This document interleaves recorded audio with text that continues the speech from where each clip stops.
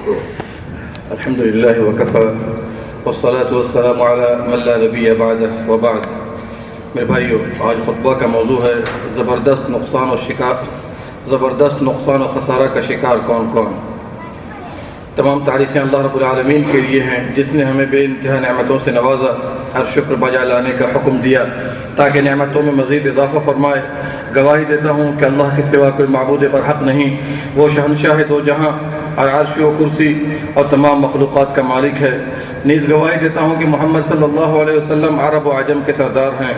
اللہ تعالیٰ کی بے انتہا رحمت و برکت، نعمت و سلامتی کا نزول ہو آپ پر اور آپ کے تمام جانثار صحابہ کرام پر جنہوں نے آپ کی راہ کو مضبوطی سے پکڑا اور دانتوں سے جکڑا. اما بعد، بھائیو، ہر حال میں اللہ سے ڈرتے رہیں.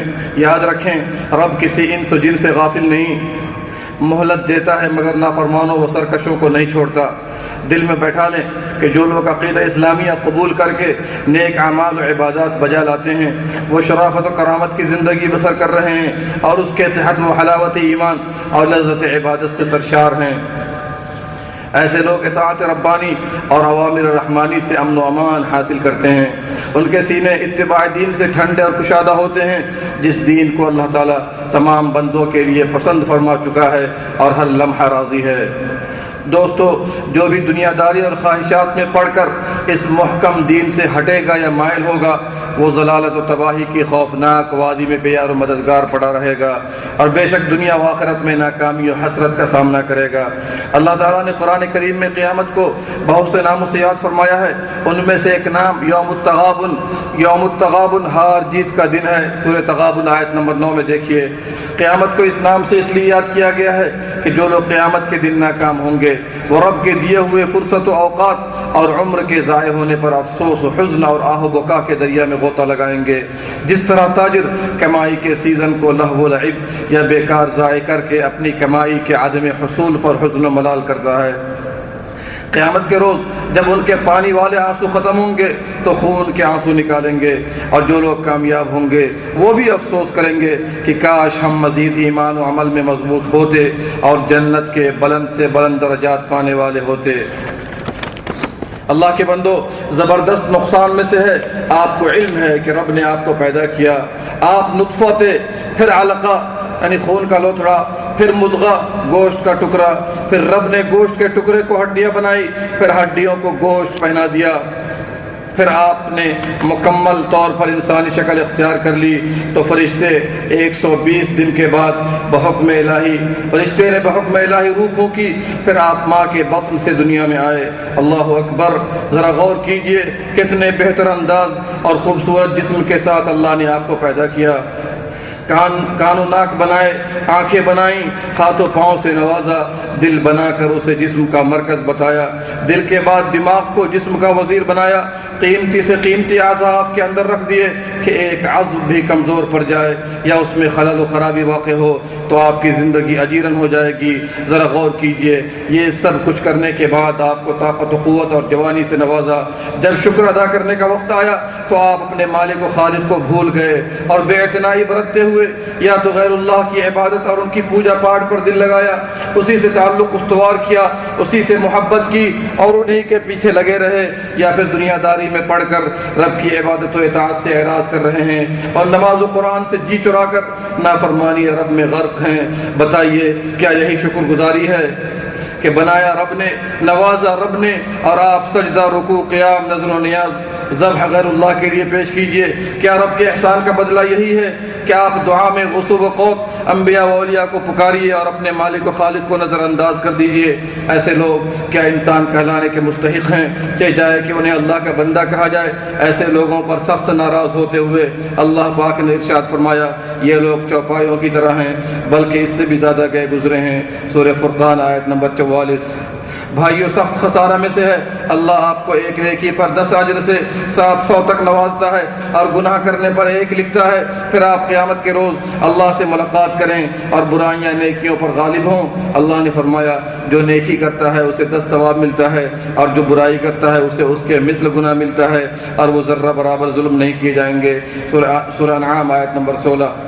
دوستو زبردست نقصان میں سے ایک یہ بھی ہے، آپ اللہ کا فرمان سنتے ہیں وَسَارِعُوا إِلَىٰ مَغْفِرَةٍ مِّن رَّبِّكُمْ وَجَنَّةٍ، لوگوں دوڑ لگاؤ رب کی مغفرت اور جنت کی طرف جس کا عرض یعنی چوڑائی آسمان و زمین کے برابر ہے۔ آل عمران آیت نمبر 133۔ پھر ہم میں سے کوئی اس میں پاؤں رکھنے کی جگہ نہ پائے۔ یاد رکھیے مقصد حیات میں تساہلی نہ برتیں۔ ساتھیوں ناقابل تلافی ضرر میں سے یہ بھی ہے کہ آپ کو علم ہے کہ نبی صلی اللہ علیہ وسلم نے تبلیغ دین اور اشاعت دعوت توحید میں وہ تکالیف و مشکلات برداشت کی جو کسی نے بھی برداشت نہ کی۔ دعوت توحید پیش کرنے اور شرک سے روکنے کے سبب آپ صلی اللہ علیہ وسلم کو مجنون کہا گیا، ساحر و شاعر کا لقب دیا گیا، اور شعب ابی طالب میں 3 سال بند رہے، محاصرہ کیے گئے، صحابہ کرام کو مارا کاٹا گیا، سفر طائف میں آپ کو اتنا مارا گیا کہ سر سے خون بہا کر نعل مبارک میں داخل ہو گئے۔ ہمارے ماں باپ آپ پر قربان ہوں، آپ کو مکے سے باہر کیا گیا، ان تمام تکالیف کو سہتے رہے اور رسالت الہی پہنچاتے رہے، یہاں تک کہ امانت اکمل طریقے پر ادا کر دی۔ یہ ساری باتیں آپ سنتے جانتے اور عاشق مصطفیٰ کے دعوے بھی کرتے ہیں، پھر بھی آپ اتباع سنت، پیارے نبی کی رہنمائی و سیرت اور دعوت توحید کو سیکھنے سکھانے کی سعی نہیں کرتے۔ اللہ کے بندوں زبردست خسارہ میں سے یہ بھی ہے کہ ہم میں سے ہر ایک والدین یا ان میں سے ایک کو پائے، انہیں ہماری ضرورت ہو اور ہمارے احسان کی، پھر بھی ہم نیکی و احسان کر کے خود کو جنت میں داخل نہ کریں۔ مالک کا فرمان ہے اگر والدین میں سے کوئی ایک یا دونوں بڑھاپے کو پہنچ جائیں تو انہیں اف تک نہ کہو اور انہیں ڈانٹ ڈپٹ نہ کرو، ان سے نرم بات کرو، ان دونوں کے سامنے رحمت کے بازو بچھا دیا کرو اور ان کے لیے دعا کرو، اے رب دونوں پر رحم فرما جس طرح انہوں نے بچپن میں ہماری پرورش کی ہے۔ سورہ اسراء آیت نمبر 23 سے 24۔ نبی اکرم صلی اللہ علیہ وسلم نے فرمایا والدین کے ساتھ احسان کو لازم پکڑو، بے شک جنت ان کے قدموں تلے ہے۔ صحیح الترغیب البانی کی حدیث نمبر 2485۔ دوستو زبردست نقصان میں سے ایک یہ بھی ہے کہ نبی اکرم صلی اللہ علیہ وسلم نے ہمیں خبر دی کہ 3 آدمی پر چٹان بند ہو گئے، ان تینوں نے اللہ سے نیک اعمال کے ذریعے وسیلہ طلب کیا، ایک نے اپنی نیکی، دوسرے نے پاک دامنی اور تیسرے نے امانت کے ذریعے قربت الہی چاہی۔ ہم میں سے ہر ایک پریشانیوں سے دوچار ہے، مصائب و آلام میں گھرا ہے، اس کے باوجود ہم گزشتہ ایام میں عمل صالح نہیں پاتے جو بر مبنی اخلاص ہو، جس کے ذریعے ہم تقرب اللہ حاصل کر سکیں۔ بھائیو صحت خسارہ میں سے ہے بندہ مریض ہوتا ہے یا مسافر، پھر اسے یاد نہیں آتا کہ اس کے پاس عمل صالح ہے جس پر مداومت کرتا رہا ہو اور ایام صحت و اقامت میں اسے بجا لانے میں تھکتا رہا ہو، جبکہ وہ نبی مکرم صلی اللہ علیہ وسلم کا فرمان سنتا ہے جب بندہ بیمار پڑ جائے یا مسافر ہو تو اسے ایسے ہی لکھا جاتا ہے جس طرح وہ بحالت صحت و اقامت میں عمل کرتا تھا۔ بخاری۔ دوستو آخر میں زبردست نقصان میں سے ایک یہ بھی ہے کہ انسان اللہ کا فرمان پڑھتا ہے وَإِذَا سَمِعُوا مَا أُنزِلَ إِلَى الرَّسُولِ تَرَىٰ أَعْيُنَهُمْ تَفِيضُ مِنَ الدَّمْعِ مِمَّا عَرَفُوا مِنَ الْحَقِّ، اور جب وہ اس کو سنتے ہیں جو رسول کی طرف بھیجا گیا تو آپ ان کی آنکھیں آنسوؤں سے بہتی ہوئی دیکھتے ہیں، اس سبب سے کہ انہوں نے حق کو پہچان لیا۔ سورہ مائدہ آیت نمبر 83۔ پھر انسان قرآن کو رات و دن اعلانیہ و مخفی ایک مدت و زمانہ تک پڑھتا رہتا ہے اور اللہ کے لیے اس کی آنکھیں اشکبار نہیں ہوتی، جبکہ اللہ کا ارشاد ہے جنہیں اس سے قبل علم دیا گیا ہے ان کے پاس جب بھی اس کی تلاوت کی جاتی ہے تو وہ ٹھڈیوں کے بل سجدے میں گر پڑتے ہیں اور کہتے ہیں کہ ہمارا رب پاک ہے، ہمارے رب کا وعدہ بلا شک شبہ پورا ہو کر رہنے والا ہے۔ وہ اپنی ٹھڈیوں کے بل روتے ہوئے سجدے میں گر پڑتے ہیں اور قرآن ان کی عاجزی اور خشوع و خضوع کو بڑھا دیتا ہے۔ سورہ اسراء آیت نمبر 107 سے 109۔